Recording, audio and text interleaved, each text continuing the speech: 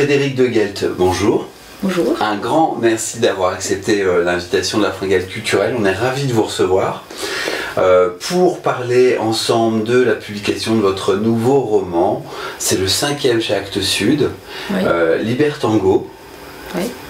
Justement, rien que le titre, c'est vous qui l'avez trouvé ou ça a été un travail d'équipe avec l'éditeur? Ni l'un ni l'autre. C'est un morceau d'Astor Piazzolla. Ça vient de là. Ouais. C'est un morceau qui a été, je crois que c'est 1974 enregistré, et c'est vraiment le composé de liberté et de tango. Et bah, d'ailleurs on a l'autorisation, parce que c'est quand même lié à l'heure, hein, c'est pas la javanaise, c'est pas un nom commun, donc du coup on a demandé l'autorisation. Et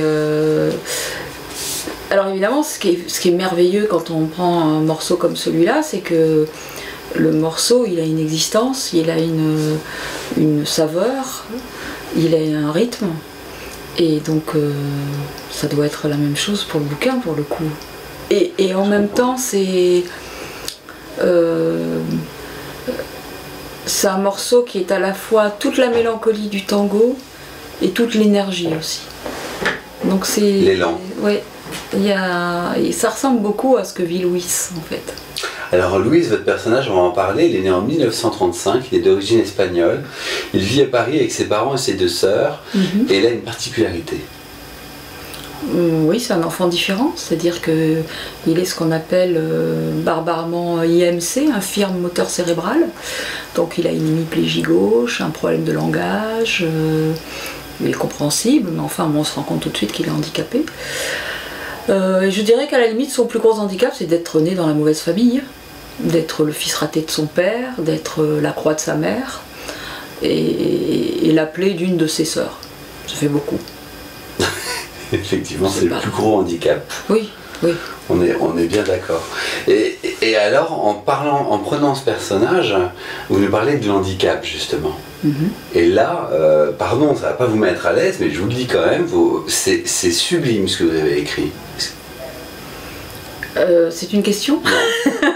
Non. Donc du coup, je m'en débrouille. Non, je vous ai trouvé très juste pour parler de handicap. Je ne suis pas handicapée, donc comme chaque fois qu'on se glisse dans un personnage, on se glisse dans un personnage. Néanmoins, je suis la mère d'un enfant handicapé, donc je vis à côté de lui. Je dis à côté sciemment, c'est-à-dire que je regarde sa souffrance, je la subis quand il la fait subir parce qu'il a une frustration. Bien sûr. Et je ne sais pas ce que c'est d'habiter dans son corps. Je discute aussi avec des handicapés qui sont adultes, donc qui ont un regard sur leur enfance. La plupart d'entre eux me disent que le handicap était plus difficile pour leurs parents que pour eux. La plupart, pas tous. Ça dépend de ce qu'ils ont vécu comme enfance. Pourquoi pas, mais on est dans une fiction. Pour quelle raison vous vouliez justement placer votre personnage dans une famille aussi difficile? Il y a une raison en tant que romancière. En fait, le personnage, quand il arrive, il est là et il est existant, je dirais. Donc moi, c'est compliqué de répondre à ça parce que mon personnage, quand il est arrivé sur un morceau, il est arrivé sur Libertango. Et il m'a dit: je suis Louis, je suis handicapé et chef d'orchestre. On dit du tango que c'est une pensée triste qui se danse, le handicap aussi. Voilà comment le personnage est arrivé. Et ensuite, petit à petit, j'ai découvert ce personnage. Donc peut-être qu'inconsciemment, je ne voulais pas que ce personnage ait la possibilité d'avoir des béquilles, d'avoir des gens qui l'aidaient. Peut-être que c'est plus facile quand on est dans une famille de nazes, parce que n'étant pas aidé, on est peut-être plus combatif, je sais pas. je ne sais pas répondre à ce que j'ai fait inconsciemment. En tout cas, dans le roman, c'est ce qui arrive à Louis. Oui. Donc à 21 ans, il entend le son d'un instrument. Oui.